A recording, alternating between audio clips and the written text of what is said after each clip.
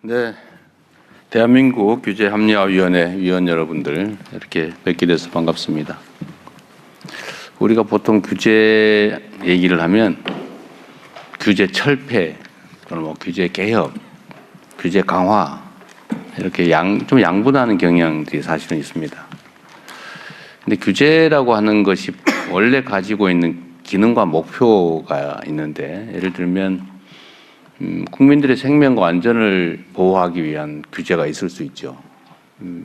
그거 당연히 필요한 것 아닐까 싶습니다.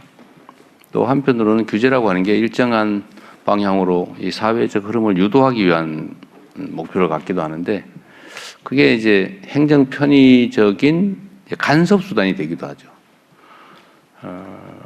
우리가 이제 그런 사회는 벗어났다고 생각하는데, 과거에는 이 규제가 아주 속된 표현을 하면 그 갈취 수단, 그러니까 기업들이나 경제 활동을 하는 주체들로부터 뭘 뜯어내는 그런 수단이 되기도 했습니다. 괴롭히는 수단이 된 거죠.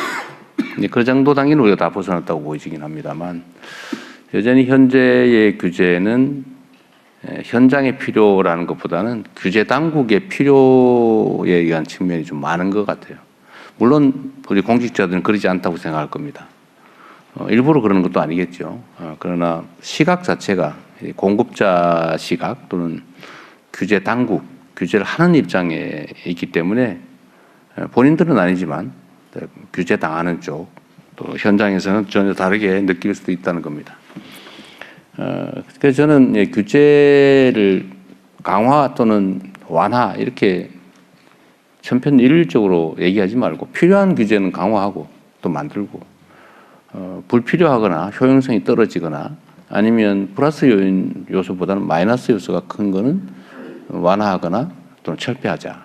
그래서 이게 전체적으로 합쳐서 합리적 사회를 향해서 규제도 합리화하자라고 제가 얘기했던 겁니다. 그래서 우리도 규제 개혁위원회 또는 뭐 규제 철폐위원회 이런 것보다는 규제 합리화위원회라고 이름도 지었고, 앞으로 규제에 관한 우리의 정책 방향도 합리적으로 가면 좋겠다는 생각이 듭니다. 우리 부위원장님들이 세 분이신데 좀 많죠? 다른 위원회보다. 근데 아까 제가 임명장 드리면서 참하시면서 드린 말씀도 있는데, 세 분이 완전히 달라요. 우리 이병태 위원장님 어디 계신가? 네. 또 박용진 위원장님. 또 한 분은 또 산업 기업 영역에서 또 오셨잖아요. 완전히 좀 다릅니다. 세 분의 이런 시각들을 토론을 통해서 좀 정립을 하자라는 생각이에요. 그러니까 제가 그런 표현도 장난스럽게 했습니다만, 열심히 싸우고 대신 멱살을 잡고 헤어지지 말고 균형을 이루자. 규제도 좀 그랬으면 좋겠습니다. 그리고 우리 대한민국 사회에 중요한 과제가 있죠. 이 성장 잠재력을 회복해야 됩니다. 지금 성장 잠재력이 계속 떨어지고 있죠. 정권 하나 한 번 바뀔 때마다 1%씩, 1%포인트씩 떨어진다고 해요. 실제로 매우 심각하죠. 앞으로 더 나빠질 가능성이 높죠. 그래서 제가 선거 때도 그런 말씀드렸는데, 성장 잠재력이 계속 떨어지고 있는데 이렇게 턴해서 우상향하게 만들어 보자. 저도 그렇게 할 수 있는 방법이 뭘까? 뭐 재정을 대대적으로 투입한다든지, 비효율적 부분들을 좀 정리한다든지, 뭐 여러 가지 방법들이 있지만, 결국 대한민국 경제는 통상국가라고 하는 거대한 흐름 속에서 국제적 경쟁력을 갖는 게 중요하다. 그리고 그 국제적 경쟁력은 결국은 산업 단위로 또는 기업 단위로 또는 개인 단위로 결국 갈 수밖에 없는데, 개인의 역량, 기업의 역량, 산업의 역량을 강화하는 데 있겠다는 생각이 듭니다. 이를 위해서 우리가 할 수 있는 방안들 중에 어쨌든 불필요하거나 비효율적인 규제들을 정리하는 것, 이 규제를 좀 소위 글로벌 스탠다드화하는 것, 국제 표준에 맞춰가는 것, 그리고 첨단 기술, 첨단 산업 분야에 있어서는 좀 네거티브 규제로 전환하는 게 이런 게 필요하겠다는 생각을 하게 됐어요. 네거티브 규제 그러면 여기 있는 계신 분들은 뭐 다 알겠지만 우리가 보통은 정부에서 정해주죠. 이것만 해라. 포지티브하게 할 수 있는 것만 쫙 나열하고 그 외에는 절대 금지. 지금까지 그래왔습니다. 그게 나름의 이유가 있죠. 산업 발전 단계가 좀 낮을 때는 그 사회에 제일 똑똑한 집단이 사실은 관료들입니다. 관료들이 제일 똑똑하죠. 관료들이 정해주면 돼요. 이렇게.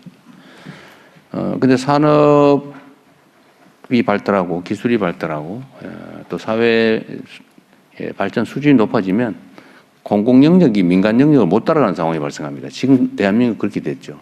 그래서 공무원들이 이것만 하세요라고 정해놓으면 현장에서는 이거 해야 되는데 그럼 규정을 바꿔야 되고 허가를 받아야 되고 이 과정에서 경쟁력을 잃게 되죠.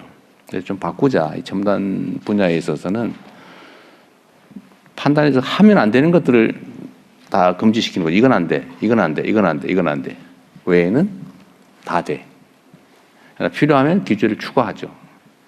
이런 시스템으로 좀 바꿔야 되지 않겠냐라고 하는 게 소위 네거티브 규제 시스템인데 저도 사실 말은 이렇게 해놓고 엄청 불안해요. 사고 나면 어떡하지? 그러나 믿어야 되겠죠. 대신에 이제 동작이 좀 빨라야 됩니다. 문제가 생기면 즉각 이제 금지를 하든지 아니면 통제를 해야 되겠죠. 어쨌든 그런 방향으로의 규제를 그럼 구체적으로 어떻게 할 거냐를 이제 여러분들이 많이 논의해 주시기를 바랍니다. 대한민국 경제가 다시 살아나는 성장 잠재력을 회복하는 길 중에 매우 중요한 방식 중에 하나가 이제 규제 합리화이고, 근데 이게 전국의 단위로 좀 일률적으로 할 수 있냐? 또 그건 또 아닌 측면이 있어요. 그래서 지금 현재 우리가 하는 것 중에 규제 특구 뭐 이런 개념이 있지 않습니까? 특정 지역, 특정 영역에서는 규제를 완화하거나 아예 뭐 없애거나 이런 것들을 시도하고 있는데 이거를 좀 대규모로 대규모 지역 단위로 한번 해보는 것도 좋겠다 생각이 좀 들어요. 뭐 준비도 하신 것 같습니다. 지금 대한민국의 가장 큰 문제가 수도권 집중이죠. 수도권 집중 때문에 자원 배분의 효율성이 떨어져 가지고 대한민국 전체 경쟁력을 갉아먹고 있어요. 땅값도 너무 비싸고. 그래서 이게 사실 지역 균형 발전이라고 하는 게 또 지방 소멸 방지라고 하는 게 그냥 시혜나 배려가 아니고 이제는 국가가 생존하기 위한 장기적인 지속 성장을 위해서 피할 수 없는 생존 전략이 됐다. 필수 조건이 됐다는 생각이 듭니다. 그래서 대규모 지역 단위의 대규모 규제 특구도 한번 만들어 봐야 되겠다는 생각이 들고, 과연 그 안에서는 그럼 어떤 걸 할 수 있냐 이런 것도 많이 고민해 주시기 바랍니다. 어쨌든 각 분야의 전문가 여러분들이 모이셨고 또 정부의 주요 공직자들도 함께하고 있기 때문에 최대한 좀 많이 토의하시고 과감하게 그러나 신중하게, 매우 어렵죠. 어쨌든 대한민국의 새로운 살 길을 찾는다 이렇게 생각하시고 좋은 제안들 많이 해주시기 바랍니다. 그리고 각 다른 위원회들과는 다르게 이 규제개혁위원회는 실질적 권한이 주어져 있어요. 실질 권한이라고 하는 게 뭐 직접 집행 권한이 있는 건 아니지만 또 그래서도 안 되고, 그러나 뭐 각종 의결 권한을 통해서 실제 권한을 가지고 있습니다. 그 권한의 크기만큼 책임이 주어지는 거니까 책임감 가지고 최선을 다해 주시길 부탁드립니다. 고맙습니다.